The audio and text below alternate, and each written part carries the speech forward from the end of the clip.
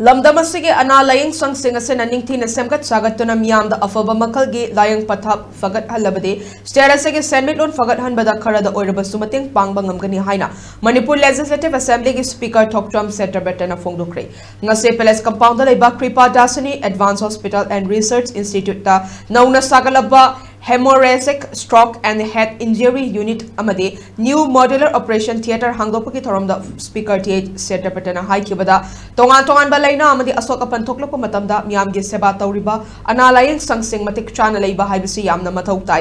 anaba ama leirakpa matamda mapalamda chatuna laying bagi chatnabi asibu koknaba laying sangsing na matik chana semkat sagatuna hotnarabade stairasege senmitlon phagat-hanbada sumateng oigani haiki masidanatana hospital asibu hen afaba miyamgi seba mapungfana tawba ngamba hospital oiba ngamnaba mahaki maikei degisu angamba mateng pangani haiba wafam sing fongdoke thoramadu Manipur Legislative Assembly ki Speaker TH Setabeta, Managing Director Dr. Hidangmayum Dinesh Sharma, Senior Consultant Professor Dr. Yumnam Ibotona Chief Guest, President Amadi Guest of Honor Oina Sarukyaki.